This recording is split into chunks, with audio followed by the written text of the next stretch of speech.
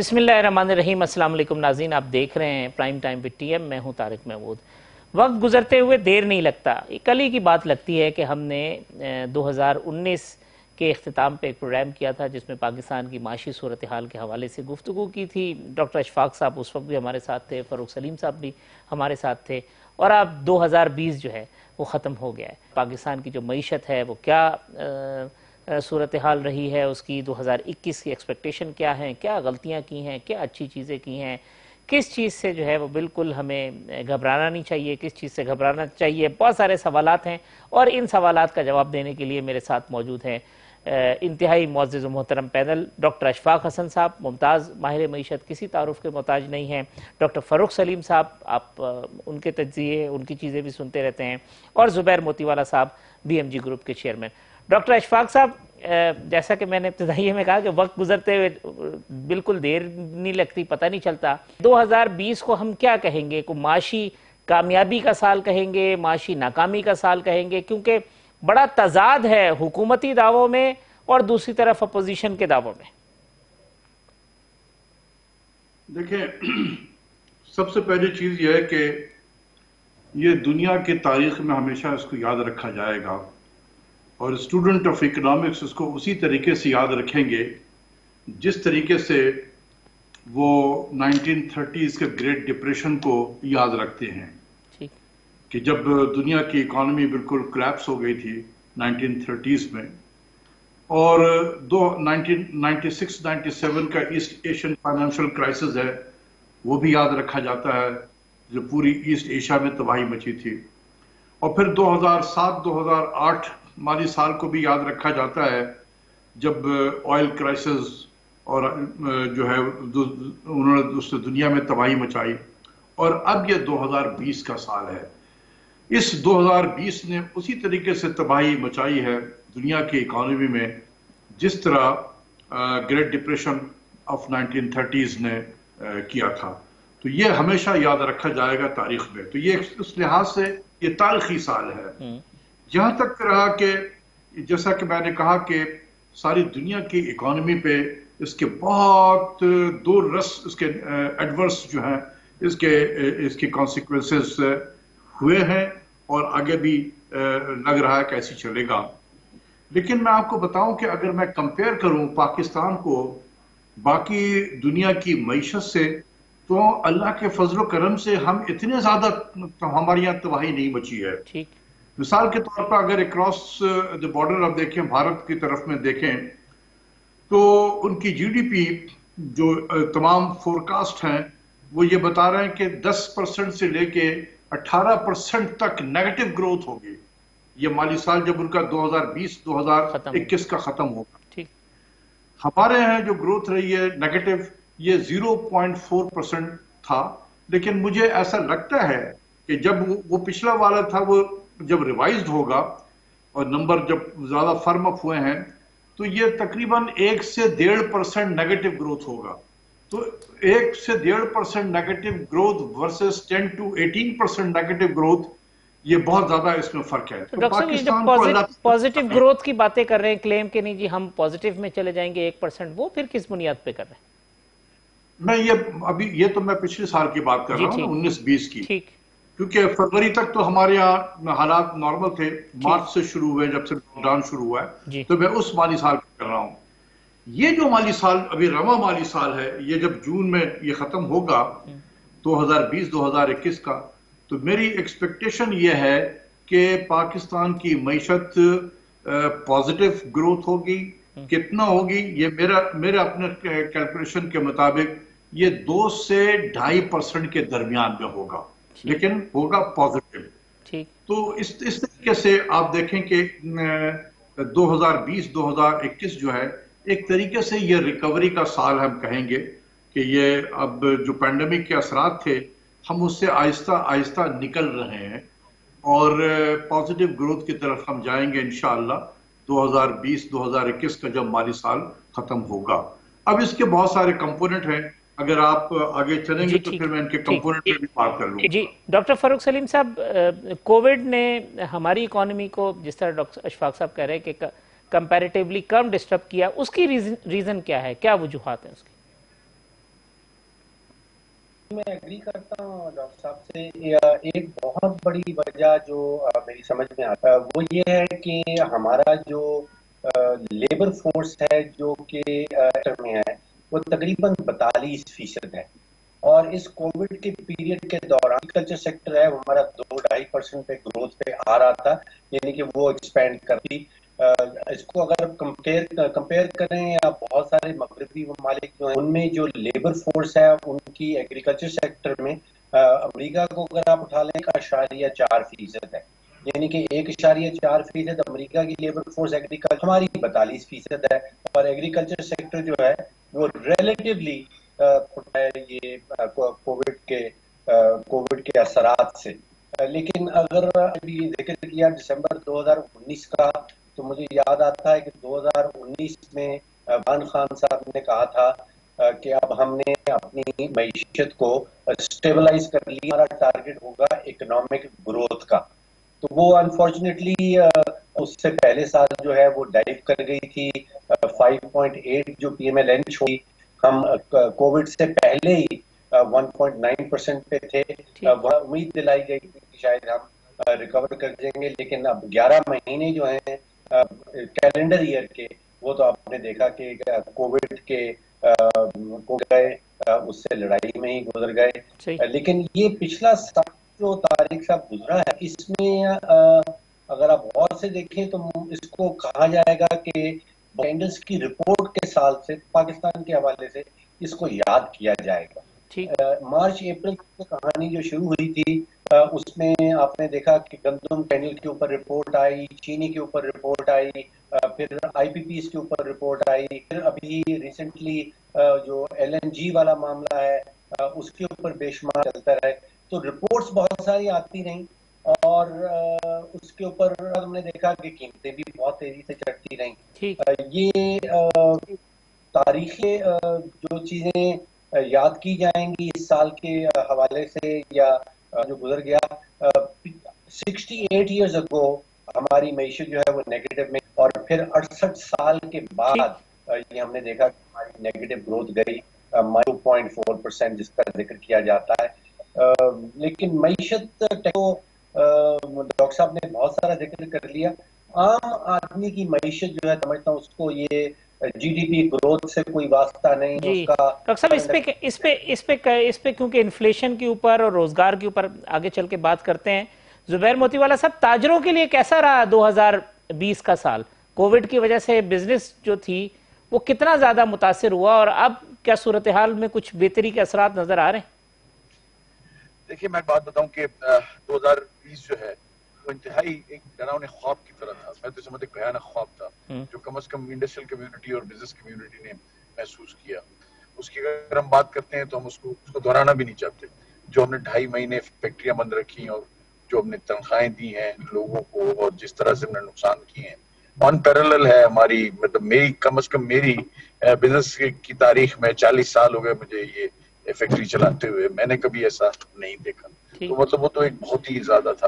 लेकिन इसके एंड में हमारे बहुत कम से कम टेक्सटाइल के अंदर काफी अच्छा बूम आया और कुछ फेवरेबल एक्सचेंज रेट भी हुए। फिर उसके बाद आपका जो है ना हमें ऑर्डर्स भी बहुत मिले और आज भी हमारे पास बहुत ऑर्डर हैं टेक्सटाइल के हवाले से अगर देखा जाए तो, खास करके जो है ना वाइडर विड्थ के अंदर और निटिंग के अंदर हमारा काफी अच्छा जो है ना पाकिस्तान के लिए काफी रहा। और पिछले महीने में आप देख लें 14.4% हमने जो है ना ग्रोथ की है टेक्सटाइल में। और आज आपको ये जो नजर आ रहा है एक्सपोर्ट, वो तकरीबन जो है ना वो इसी वजह से कि पाकिस्तान को बड़ा चांस मिला। अब इस चांस के अंदर जो मामलात हैं उसको हमको गवर्नमेंट को भी समझना चाहिए, हमको भी समझना चाहिए। अभी तो चूंकि उनके पास एक इन्वेंट्री वैक्यूम था और उनके पास इन्वेंट्री सारी खर्च हो चुकी थी, लिहाजा वो उस हिसाब से वो उन्होंने परचेजिंग भी की ताकि उनको चाहिए और आज भी वो इसीलिए मांग रहे हैं। दूसरा ये है कि जो सप्लायर हैं उनके, वो तो इंडिया, श्रीलंका, वियतनाम, कंबोडिया और पाकिस्तान, यही हैं 6-7 मुल्क जो यूरोपियन यूनियन के और आपका जो है ना इसके सप्लायर्स हैं यूएस के।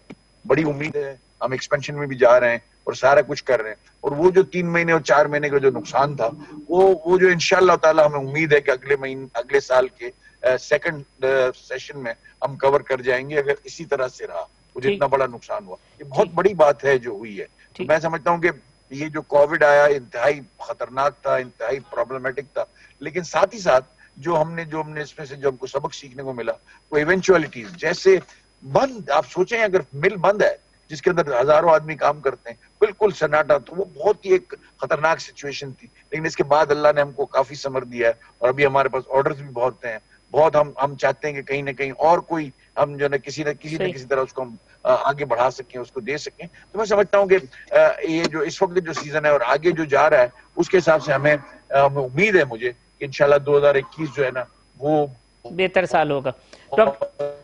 डॉक्टर इशफाक साहब, ये प्राइम मिनिस्टर ने गुज़िश्ता दिनों ट्वीट किया, कहा कि करंट अकाउंट खसारा जो है वो हमारा वो ख़त्म हो गया, प्लस में आ गया है। ये गुज़िश्ता 4-5 माह से हुकूमत के यही दावे हैं। फिर रेमिटेंसेस बढ़ गई हैं, इंपोर्ट कम हुई है। ये ओवरऑल जो इंडिकेशन है वो बहुत हेल्दी है, जबकि अपोजिशन कहती है कि नहीं, ये फिस्कल डेफिसिट के ऊपर जो है वो क्राइटेरिया होगा, दूसरी चीज़ें होंगी। तो फिर बात माने किसकी? देखिए, जहां तक अपोजिशन का ताल्लुक है, मैं समझता हूं कि उन्हें कोई हक नहीं है, लेट मी रिपीट, उन्हें कोई हक नहीं है कि वो पाकिस्तान की मईशत पे कोई बात करे। उन्होंने बहुत बर्बाद किया है मईशत को। 2008 से 18 का ये जो डिकेड है, ये मेरे नजदीक this is the second lost decade in the history of Pakistan. Ishrat Hussain साहब ने 90 के दिहाई को कहा था लॉस्ट डिकेड, उन्होंने अपनी किताब में। मैं 2008 से 18 के डिकेड को लॉस्ट डिकेड कहता हूं। तो इसलिए ये 2008 से 18 यही जो जिसका आप जिक्र कर रहे हैं, जो सियासी जमातें हैं जिसको आप अपोजिशन कह रहे हैं, इन्हें हुक्मरानी की है। इन्हें कोई हक नहीं पहुंचता कि वो इकोनॉमी पे बात कर रहे हैं। तो दुनिया के हर इश्यूज पे बात कर लें, कोई हर्ज नहीं है, इकोनॉमी पे बात ना करें, उनका रिकॉर्ड बहुत ही खराब है। हैविंग सेड दिस, अब मैं इस तरफ आता हूं कि देखें, मेरा ख्याल है कि जो स्टूडेंट ऑफ इकोनॉमिक्स है ना, स्टूडेंट ऑफ इकोनॉमिक्स, वो थक चुके हैं ये करंट अकाउंट सुन सुनकर। जितना कम बोला जाए उतना ही बेहतर है, मैं आपको बताना चाहता हूं। मतलब यह है कि सरप्लस, यार मुझे समझ में नहीं आता कि अगर आप अपने घर को बंद करके कहीं चले जाएं तो बिजली का बिल आएगा आपके घर में? नहीं आएगा। लाइन जो आपके जो लाइन का जो रेंट है वही आएगा, सिर्फ 200-250 रुपए 300 रुपए बिल आ जाएगा, जबकि आपका बिल आ रहा था 15,000 रुपए। आपने घर बंद कर दिए थे। तो जब आप मईशत के दरवाजे को बंद कर दें, इकोनॉमिक एक्टिविटी बिल्कुल स्लो डाउन हो जाए, तो आपके इंपोर्ट भी गिर जाते हैं। ठीक। तो उसकी वजह से सरप्लस हुआ है। और उसकी वजह और यह है कि दूसरी वजह सरप्लस की यह है कि रेमिटेंस में एक अनयूजुअल ग्रोथ है पाकिस्तान में।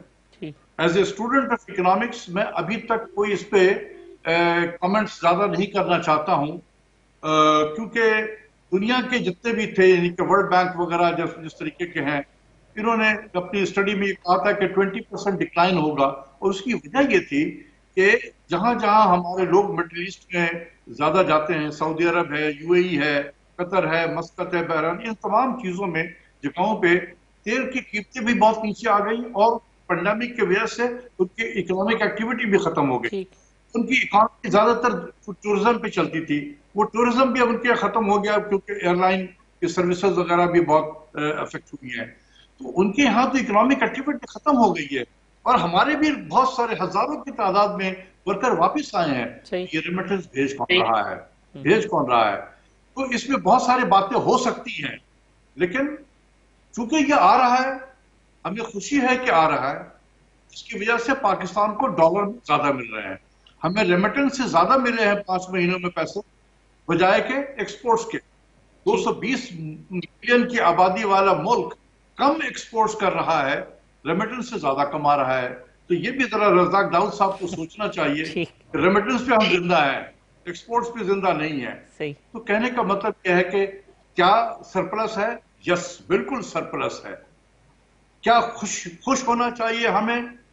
अगर मैं सियासी आदमी होता, स्टूडेंट ऑफ इकोनॉमिक्स नहीं होता, तो मैं खुश होता है। ठीक।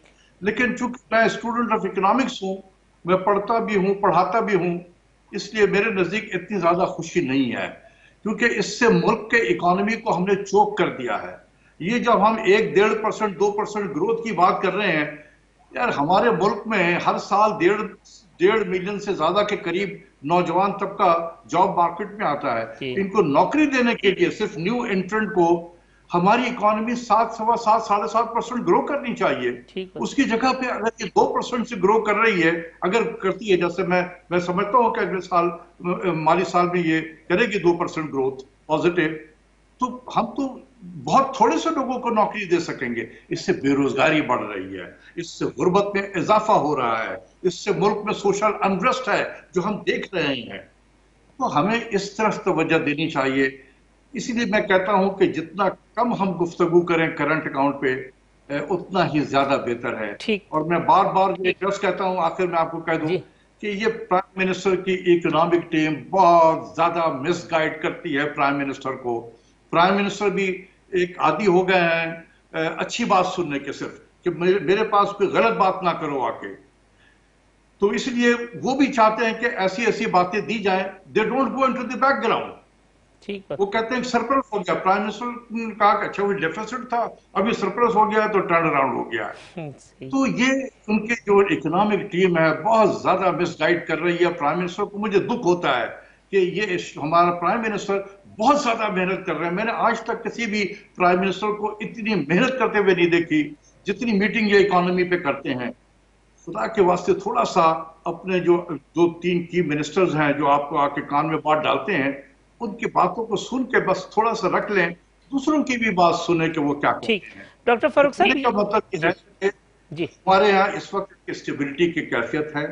प्राइवेट सेक्टर हमारा कॉन्फिडेंस उसके अंदर बहाल हो गया है, वो आगे बढ़ रहा है जैसे जुबैर मोतीवाला साहब कह रहे थे। लेकिन मैं आपको बता दूं, ये जो कुछ भी हम देख रहे हैं वो इसलिए देख रहे हैं कि IMF का प्रोग्राम सस्पेंडेड है। जी, ये आपने पहले भी डॉक्टर साहब ने बात की थी। प्रोग्राम सस्पेंडेड है। जिस दिन ये शुरू किया, गैस की कीमतें बढ़ाओ, बिजली की कीमत बढ़ाओ, इंटरेस्ट रेट को बढ़ाओ।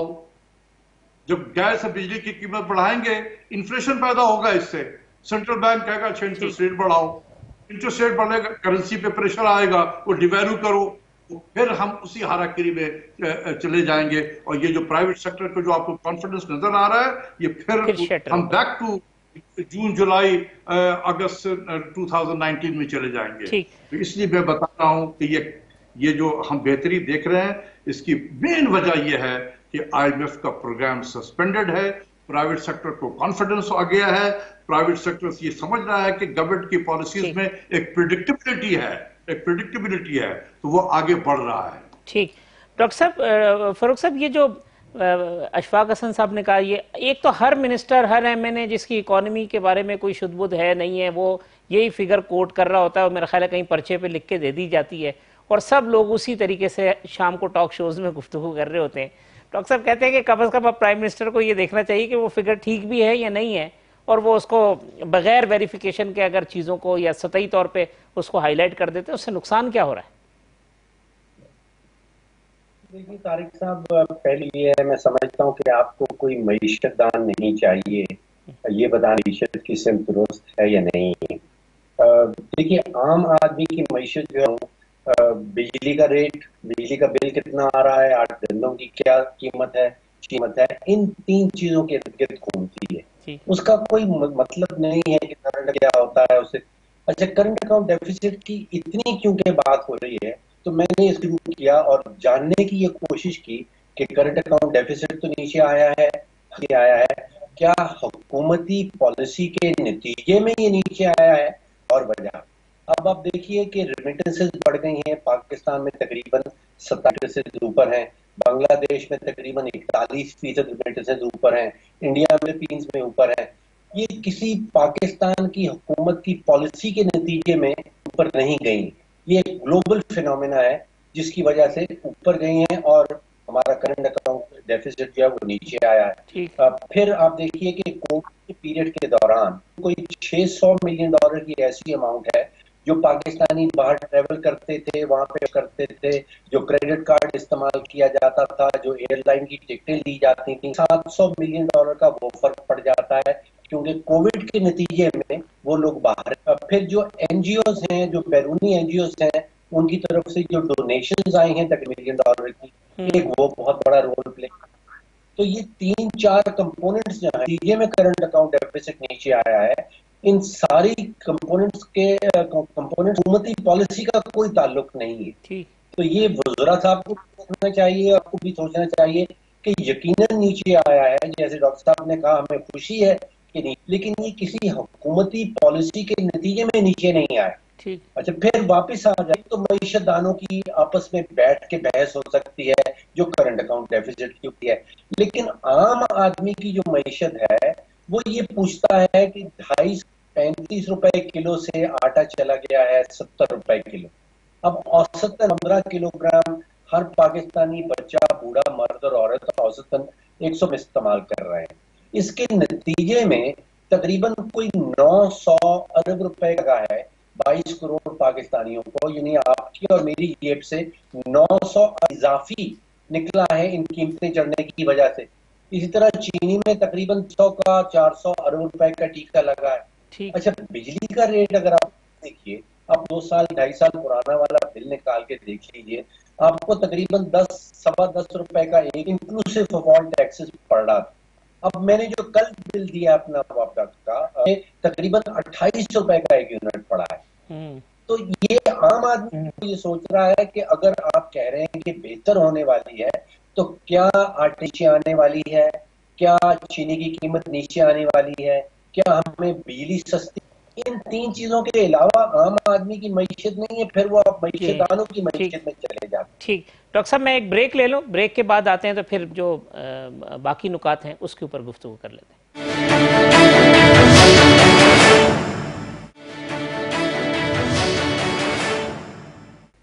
वेलकम बैक नाज़रीन। डॉक्टर अशफाक हसन साहब, डॉक्टर फ़ारूक सलीम और ज़ुबैर मोतीवाला साहब हमारे मेहमान हैं। ज़ुबैर मोतीवाला साहब, ये फरमाइएगा कि ये जो गैस और बिजली की कीमतों में इजाफा और फिर उसके बाद जिस तरह डॉक्टर अशफाक साहब कह रहे हैं कि अभी तो IMF का प्रोग्राम सस्पेंड है, अगर ये प्रोग्राम दोबारा बहाल होता है तो फिर ये सब डिमांड आएंगी, इसने कितना असर डाला है? और अगर दोबारा ये चीज़ें रिवाइज होती हैं और ये कीमतों में इजाफा होता है तो वो इंडस्ट्री को कितना मुतासिर करेगी? सबसे पहले तो अवेलेबिलिटी है। जब आप गैस की बात करते हैं तो गैस अवेलेबल है। जब आप अपनी एक्सपोर्ट बढ़ाना चाहते हैं तो आपको क्या करना है? आपको आपका इनपुट ज्यादा चाहिए, और इनपुट के अंदर जो चीज हमारे हाथ में नहीं है वो है गवर्नमेंट के हाथ में, वो है गैस की सप्लाई। अगर वो गैस की सप्लाई अगर हमारे पास नहीं आएगी तो हम करेंगे क्या? अभी हमने टेक्सटाइल वालों ने, जिनके रेट 786 थे, हमने नदीम बाबर के साथ और उमर अयूब के साथ बैठकर मुज़ाकरात करके, हफीज शेख भी, रज़ाक दाऊद भी, और उन्होंने कहा जी आपको RLNG लेना पड़ेगा कराची में। हमने कहा अच्छा जी भाई हमको जो है अनइंटरप्टेड सप्लाई दे दे। जब उन्होंने दे दिया और हमने 930 रुपए दाम से ले ली, पिछले 15 दिन से गैस वही नहीं है, आज भी वही है, गैस नहीं है। तो अगर आप एक्सपोर्ट बढ़ाना चाहते हैं तो अगर आप हमको गैस ही नहीं देंगे तो एक्सपोर्ट बढ़ेगी कैसे? हैविंग सेड सो, देखिए बात यह है कि IMF का प्रोग्राम और नो IMF प्रोग्राम, आप एक बात समझ लें कि अभी पाकिस्तान के अंदर टेक्सटाइल का जो बूस्ट है और टेक्सटाइल के जो ऑर्डर मिल रहे हैं उसकी वजह को पहले समझना जरूरी है। वो ये है कि देखिए वहां US और EU के अंदर क्या हुआ है कि इम्पोर्ट 2.5 महीने 3 महीने तक कोई इम्पोर्ट नहीं हुआ। तो वहां जो लोग स्पेंडिंग इकोनॉमीज हैं तो उन्होंने जो है ना वो स्पेंड किया और वहां शॉर्टेज हो गई। ये आज माल जा रहा है। आज India is not a supplier. India के अंदर प्रॉब्लम्स बहुत ज्यादा हो गए, जैसे डॉक्टर साहब ने कहा -10% से 18% की ग्रोथ की बात हो रही है, और बहुत से मसाइल, कोविड बहुत ज्यादा तेजी से फैला है।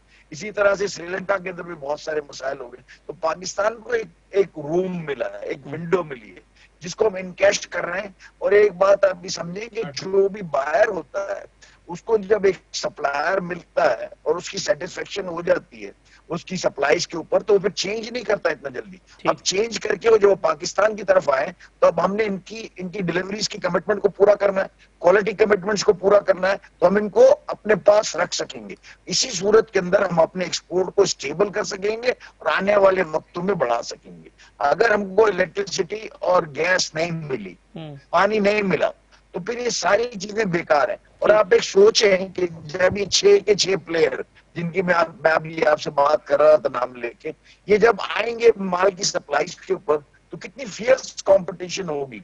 आप सोचें इसके अंदर, वो उस कंपटीशन के अंदर क्या हम अपने गैस के दामों में जो बांग्लादेश से दुगने ज्यादा है, बांग्लादेशी इलेक्ट्रिसिटी के रेट कोई तकरीबन 40% ज्यादा है, क्या हम उसको कर सकेंगे? क्या हम उनके साथ कॉम्पीट कर सकेंगे? फिर हमारे वही पुराने हालात हो जाएंगे। फिर हम क्या रेमिटेंसेस की तरफ ही देखेंगे, या हमने एक्सपोर्ट को बढ़ा के अपने एम्प्लॉयमेंट क्रिएट करनी है और रियल फॉरेन एक्सचेंज जिसको बोलते हैं, कि हम अपनी जो एग्रीकल्चर प्रोड्यूस है उनको वैल्यू ऐड करके जो हम कमाएं वो हमें चाहिए। बिल्कुल सही है, डॉक्टर साहब के साथ मैं हूँ कि रज़ाक दाऊद साहब को डिसाइड करना चाहिए। डॉक्टर इशफाक साहब, ये एक फरूख सलीम साहब ने जिक्र किया कि गरीब आदमी की जो मईशत है वो तो उसकी दाल रोटी तक है। ये जो गुर्बत, महंगाई और बेरोजगारी, इसका मुस्तकबिल जो है वो पाकिस्तान में आपको क्या नजर आता है? पॉवर्टी लाइन कहते हैं जी, उसमें इजाफा हो गया है, बेरोजगारी में इजाफा हो गया है, तो ये तो फिर हम एक बहुत बड़े डिजास्टर की तरफ बढ़ रहे हैं। देखिए, बात यह है ना कि फिर वो ये, इसीलिए मैं कहता हूं कि सारा जोर जो हुकूमत का वो करंट अकाउंट की तरफ चला गया है, बाकी सारी चीजें पीछे रह गई हैं। हम एक मईशत को किस लिए बेहतर करने की कोशिश करते हैं कि इससे लोगों के लिविंग स्टैंडर्ड बेहतर हो, आम आदमी को इससे फायदा पहुंचे, इसीलिए सारी मेहनत की जाती है। तो अगर जब मुल्क की इकोनॉमी ग्रो करेगी 1%, 1.5%, 2%, तो हम कभी भी अपने लोग आवाम की हालत को बेहतर नहीं कर सकते। हमारे यहाँ मुल्क में फीकस आमदनी कम हो गई है पिछले 2 सालों में। हम on average as a Pakistani हम गरीब हो गए इन 2 सालों में। इसकी तरफ ये है सोच विचार करने का मुकाम। लेकिन हम अगर करंट अकाउंट में फंस गए तो इधर सोच विचार करने के लिए हमें टाइम नहीं होगा हमारे पास। इसलिए मैं बार बार कहता हूं कि बहुत ज्यादा हमने बातें कर ली, हमें अब जरा दूसरी तरफ देखना चाहिए कि हम अपनी मईशत को आगे कैसे लेकर जाएं। ठीक, जैसे मैं कह रहा था कि एक अभी मुझे मोमेंटम नजर आ रहा है एक्सपोर्ट्स के साइड पे। ये रज़ाक दाऊद साहब जो है पिछले 2-2.5 सालों से बेचारे बहुत अंडर प्रेशर थे, कुदरत ने उन्हें एक मौका दे दिया है। ये ट्रेड क्रिएशन नहीं हो रही है, ये ट्रेड डाइवर्जन है। जुबैर मोतीवाला साहब ने बिल्कुल सही फरमाया कि इस वक्त जो है वहां पर यूरोप में और यूनाइटेड स्टेट्स में जो बहुत दिनों से उनकी इंपोर्ट नहीं हो रही थी, तो उनका एक पेंटअप जो था वो डिजायर था टू स्पेंड मनी, तो वो अब थोड़े से वहां पर भी अपॉर्चुनिटी निकली है तो वो अब खर्च कर रहे हैं। तो जो सप्लायर थे, जो इंडिया बहुत बड़ा सप्लायर था, इंडिया में कोविड की वजह से बहुत ही तबाही मची हुई है। जब भी मैं कह रहा हूं कि उनके यहाँ ग्रोथ जो है 10 से 18% नेगेटिव ग्रोथ होगा, तो उसकी वजह से क्या हुआ कि जो लोग इंडिया से माल लेते थे वो हमारी तरह देख रहे हैं। हमारे पास भी स्टॉक पड़ा हुआ तो हमने भी धड़ाधड़ बेचा है उसे, तो हम we are making lot of money. इसको कैसे प्रोटेक्ट करना है आगे की तरफ में? कहीं ऐसा तो नहीं है कि जब ये हालात नॉर्मल हो जाए तो फिर वही बायर जो है फिर दोबारा हिंदुस्तान की तरफ चले जाए? इसको कैसे अट्रैक्ट करना है? हम अगर टाइम पे उन्हें सामान पहुंचा दें, हम ये जिस तरीके से कॉस्ट ऑफ प्रोडक्शन है इसको एक काबू में रखें। जैसे मैंने अभी कहा कि IMF का प्रोग्राम सस्पेंडेड है, तो कॉस्ट ऑफ प्रोडक्शन भी इस तरफ नीचे की तरफ में है। तो अगर आगे चल के जब मार्केट खुलेगी वाकई कट थ्रोट कंपटीशन होगा, क्योंकि वो इंडियन दोबारा अपना वो मार्केट शेयर जो है लेने की कोशिश करेंगे, तो कट थ्रोट कंपटीशन होगा। तो क्या हम उसके लिए तैयार हैं? हमने अपने एक्सपोर्टर हजरात को, ये टेक्सटाइल वालों को रखा है तैयार कि भाई ये तुम्हारी, हम अश्योर करते हैं कि ये तुम्हारी गैस की कीमत होगी, ये बिजली की कीमत होगी, कोई इंटरेस्ट रेट नहीं पड़ेगा। कोशिश करेंगे कि हम इंटरेस्ट रेट को थोड़ा कम करें, कोई एक्सचेंज रेट में डिवैल्यूएशन नहीं होगी। ये अगर कॉन्फिडेंस प्राइवेट सेक्टर को दे दिया जाए तो फिर ये अपनी प्लानिंग भी करेंगे आगे के मुकाबले करने के लिए। तो इसके और जब इनकी फैक्ट्रियां चलेंगी तो नौकरी भी निकलेंगे इससे। ऐसा ही है, बिल्कुल। तो इसलिए मैं कह रहा हूं, दूसरी चीज यह है कि हमें ज़राअत की तरफ तवज्जो देनी चाहिए। यह मुल्क 13-14 मिलियन बेल्स कॉटन प्रोड्यूस कर रहा था, वो गिर के 6 मिलियन पे आ गया है। किसी को कान जू तक नहीं रहेगा कि यार ये हुआ क्या है। सही। तो अब आप देखें कि हम जहां कॉटन खुद ग्रो कर रहे थे, अब हमें इंपोर्ट करना पड़ेगा। अब आप अपनी करेंसी को डिवैल्यू कर दो तो फिर वो लैंडेड कॉस्ट जो इंपोर्टेड रॉ मटेरियल जो कॉटन होगा वो बढ़ जाएगा। क्या हमारी इंडस्ट्री कम्पीट कर पाएगी बाहर के मुल्कों में? एक अपना डोमेस्टिक जो रॉ मटेरियल था वो भी अब हम इंपोर्ट करने लगे हैं। ये वो तवज्जो तलब चीजें हैं। अगर हम करंट अकाउंट में फंस गए तो इन सब चीजों पे कोई तवज्जो नहीं दे सकते, और यही मेरा डर है। और यही मैं बार बार कहने की कोशिश कर रहा हूं कि आप इन सब चीजों की तरफ तवज्जो दें कि ज़राअत में क्या हो गया है, गंदम की पैदावार क्यों गिर रही है, per capita availability of wheat 140 KG पर पर्सन हुआ करता था साल में, आज गिर के 145 था, आज गिर के 120 पे आ गया है। किसी को कोई ख्याल है कि ये हुआ क्यों है? ये तो this is the issue food security. ठीक, कैसे बढ़ाया जाए इसको? क्या करें कि हम गंदम की पैदावार बढ़ाएं? हम कैसे रॉ कॉटन जो हम प्रोड्यूस कर रहे थे हम वापस 13-14 मिलियन बेल की तरफ जाएं? ये है वो चीज जिससे नौकरियां भी निकलेंगी, लोगों के गुर्बत में भी कमी होगी। ये करंट अकाउंट करके हम सब करंट अकाउंट की तरफ ले गए हैं। रियल इकोनॉमी भी कोई चीज है, इसकी तरफ भी तवज्जो दें। चले, मैं एक वक्फा ले लेता हूं, वक्फे के बाद आते हैं तो डॉक्टर फरूख सलीम साहब से इसका जवाब लेते हैं और प्रोग्राम को कंक्लूड करते हैं।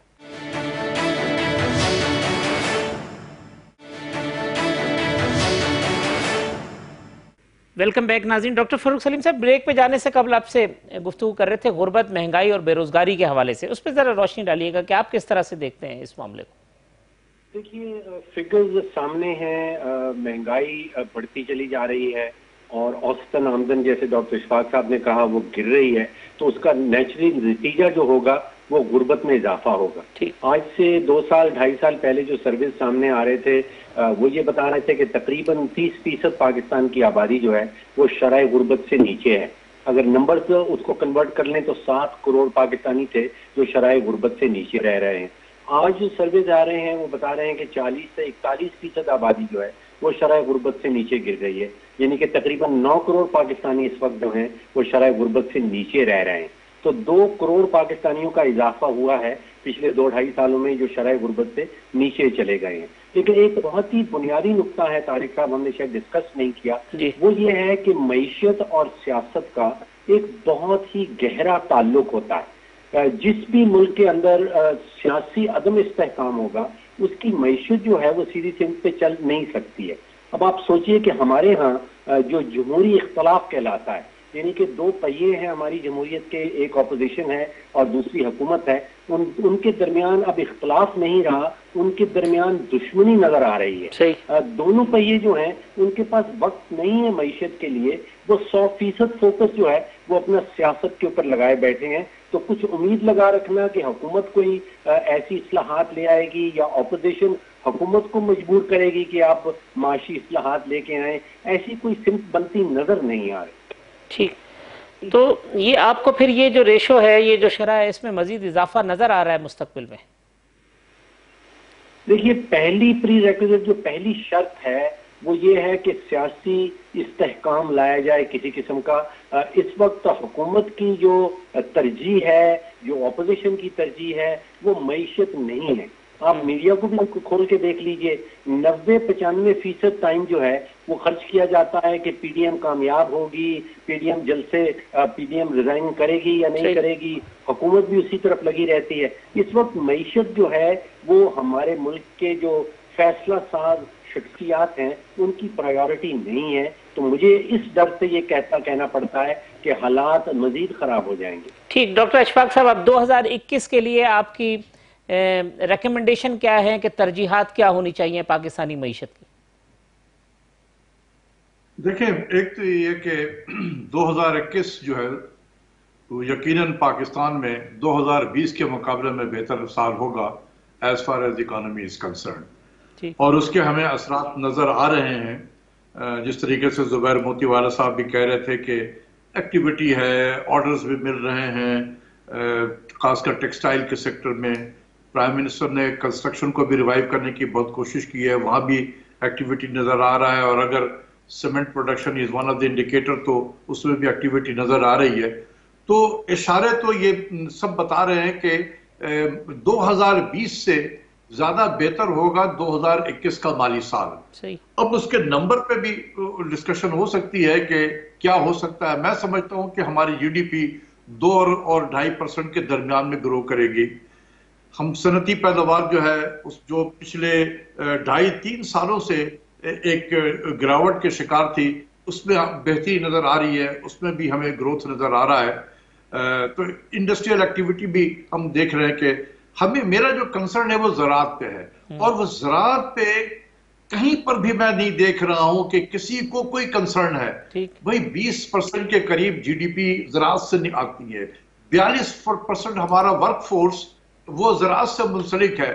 अगर हम उसी तरफ तवज्जो ना दें तो आप यकीन करें कि फिर ये ग्रोथ कितना कंट्रीब्यूट करेगा, ये सर्विसेज सेक्टर या इंडस्ट्री कितना कंट्रीब्यूट कर सकता है। तो अगर हमने इकोनॉमी को रिवाइव करना है तो ज़राअत की तरफ तवज्जो दें। दूसरी चीज ये है जो मैं 2021 के लिए कहना चाहता हूं कि खुदा के वास्ते सीपेक की तरफ तवज्जो दें, सीपेक की तरफ तवज्जो दें। मैं बार बार ये कह रहा हूं, यही एक अपॉर्चुनिटी है हमारे लिए कि मुल्क में किस तरीके से इंडस्ट्रियलाइजेशन को प्रमोट किया जाए, कैसे एक्सपोर्ट्स को बढ़ाया जाए। दुनिया जो पाकिस्तान और भी है, बांग्लादेश को ले ले और भी मुल्कों को देख लें कि वो सीपेक से फायदा उठा रहे हैं। यानी कि वो लोग बेल्ट एंड रोड इनिशिएटिव में हिस्सा ले रहे हैं, उन्होंने फायदा उठा रहे हैं।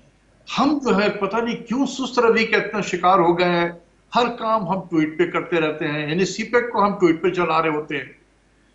ये अल्लाह ने पाकिस्तान को, आप यकीन करें कि 73 साल में बहुत मौके दिए, अपॉर्चुनिटी दी, हमने जाया किया है। मुझे डर है अल्लाह ना करे ऐसा ना हो कि ये जो अपॉर्चुनिटी सीपेक वाली आई है कहीं इसको भी हम जाया ना कर दें। तो सीपेक पे डॉक्टर साहब रिवर्स गियर लग गया है और सीपेक सिर्फ ट्विटर पे चल रहा है। मतलब मैं कहूंगा कि रिवर्स को तो मैं नहीं इस्तेमाल करूंगा लफ्ज, स्लो डाउन हो गया है। ठीक, जिस तरीके से होना चाहिए था उस तरीके से नहीं हो रहा है। तो हमें इसकी तरफ दें, ये हमारे लिए एक अपॉर्चुनिटी है। मुल्क में इंडस्ट्रियलाइजेशन के हवाले से ज़राअत भी प्रमोट कर सकते हैं, क्योंकि सेकंड फेज ऑफ सीपेक में ज़राअत जो है वो एक मेन एलिमेंट है उसका। तो अगर कॉटन के प्रोडक्शन गिरी हुई है, वीट नहीं उग रहा है ज्यादा हमसे, तो हम उसी से कोई फायदा उठाएं, कोई चाइनीज से सीखें कि यार आपने कैसे किया ये काम। लेकिन इसके लिए कोई शख्स तवज्जो तो दे इसकी तरफ में। ठीक, कोई नहीं है तवज्जो। तो मेरा कहने का मतलब है कि लेट मेक इट श्योर कि ये 2021 will be the year of CPEC activity. Doctor साहब एक शॉर्ट कमेंट के, ये जो सियासी अदम इस्तेहकाम की बात डॉक्टर फारूक सलीम साहब ने की है कि ये अगर सियासी अदम इस्तेहकाम होगा तो फिर माशी अदम इस्तेहकाम भी होगा। ये तो हकीकत है, इसमें तो कोई दो ओपिनियन तो हो ही नहीं सकती है। ठीक, मईशत के लिए जो है ये प्राइवेट सेक्टर जो है हमारे, ये भी परेशान तो होते हैं। जी, ठीक बात है। ठीक है, इतना ज्यादा शायद ये इनको, लेकिन परेशान तो ये जरूर होंगे, क्योंकि गवर्नमेंट का जो अटेंशन जो है जो इकोनॉमी की तरफ होना चाहिए था वो फिर सियासत की तरफ चला जाता है। लेकिन अगर वो पीसफुल हो, रिलेटिवली पीसफुल, मैं नहीं कहता हूं कि यहाँ पर बस हर चीज खामोश होकर बैठ जाएंगे, ऐसा नहीं होगा। एक रिलेटिव स्टेबिलिटी होनी चाहिए पॉलिटिकल एक्टिविटीज। अपोजिशन है जो अपना जलसा जुलूस करना चाहे करे, लेकिन जिस तरीके से कहा फारूक सलीम ने, बिल्कुल कहा कि यहाँ पर अपोजिशन में जो है वो एक इंतकाम की तरफ, सियासत की तरफ चल पड़े। फारूक सलीम साहब, सर कंक्लूडिंग आपके रिमार्क्स 2021 के लिए क्या आप देख रहे हैं, तरजीहात क्या होनी चाहिए? देखिए, तरजीहात के हवाले से अगर आप रुजू करें जो 2018 का मंशूर दिया था पीटीआई ने, उसमें सारी तरजीहात का जिक्र किया गया है। करंट अकाउंट सरप्लस का पूरे के पूरे जो 60 पेजेस हैं उसमें एक दफा भी वादा नहीं किया गया था कि हम इसकी तरफ इसकी तरफ बढ़ेंगे और इसको कम करेंगे।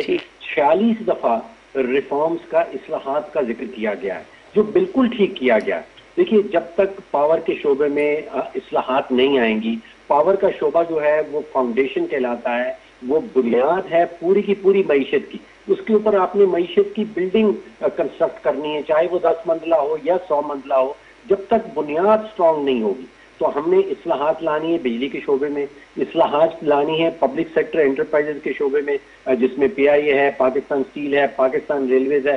कोई 1800 अरब का सालाना बोझ बन जाते हैं ये पब्लिक सेक्टर एंटरप्राइजेज। कोई 2 से $2.5 बिलियन की गैस चोरी हो रही है इस मुल्क के अंदर। तो मैं समझता हूं कि अगर आप खसारे और लॉसेस गिनना शुरू करें तो लगता है ऐसा है कि Pakistan is a resource rich country. हमारे पास इतने वसाइल हैं और हम उनको इस बेदर्दी से जाया करते हैं। जो पाकिस्तान का प्राइवेट सेक्टर है वो बड़ा एफिशिएंट प्राइवेट सेक्टर है। ठीक, अगर हम पब्लिक सेक्टर के थ्रू उसको बिजली, गैस, जो इक्वलाइज रेट है जो इस खत्ते में चल रहा है उसके मुताबिक दें तो private sector can beat all the other private. ठीक डॉक्टर फारूक सलीम साहब, डॉक्टर अशफाक हसन साहब, जुबैर मोतीवाला साहब भी हमारे साथ प्रोग्राम में मौजूद थे। तमाम मेहमानों का बहुत शुक्रिया। फिर इसी प्रोग्राम में दोबारा आपसे मुलाकात होगी इसी वक्त इंशाल्लाह। अल्लाह हाफिज़।